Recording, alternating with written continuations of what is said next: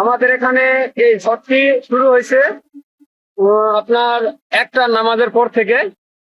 তো 20 মিনিট ঝড়টা হয়েছে। ঝড়ে প্রচুর ক্ষতিগ্রস্ত হয়ে গেছে বিভিন্ন এলাকাবাসী, আমাদের গাছ গোছালি ঘর বাড়ি ভাঙচুর হয়ে গেছে, অনেক ক্ষয়ক্ষতি হয়েছে। এই ঘূর্ণিঝড়ে আমার ইউনিয়নের বাড়িঘর লণ্ডভণ্ড। তাৎক্ষণিকভাবে রাস্তায় বিভিন্ন গাছ পড়ে যায়। একটা ইউক্যালিপটাস গাছ পড়ে প্রায় শত শত গাড়ি দুই সাইডে যানজটের সৃষ্টি হয়। তৎক্ষণাৎ আমি খবর পেয়ে আমি স্কুলে একটা সুধী সমাবেশ করেছিলাম। বৃষ্টি ছাড়ার পরেই, বৃষ্টির মধ্যেই আমি এসে দেখি অবস্থা ব্যাগতিক। তৎক্ষণাৎ ইউনিয়নের মধ্যে আমি ফোন দিই, ডিসি স্যারকে ফোন দিই, দেওয়ার পর বললে তো আপনি তাৎক্ষণিক ব্যবস্থা নেন।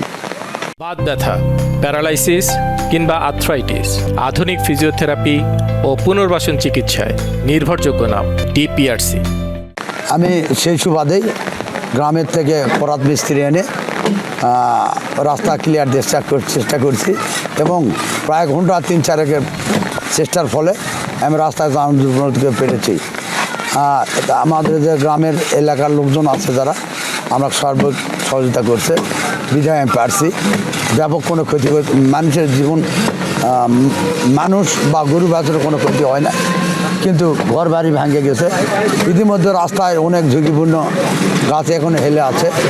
আমি ইউনিয়ন মহোদয় এবং ফরেস্ট অফিসার যোগাযোগ করে এই গাছটা যদি অপসারণ করা না হয়, তাহলে রাতের মধ্যে যদি আবার দ্বিতীয় দফা ঘূর্ণিঝড় হয় আর রাস্তায় আবার প্রতিবন্ধকতার সৃষ্টি হবে।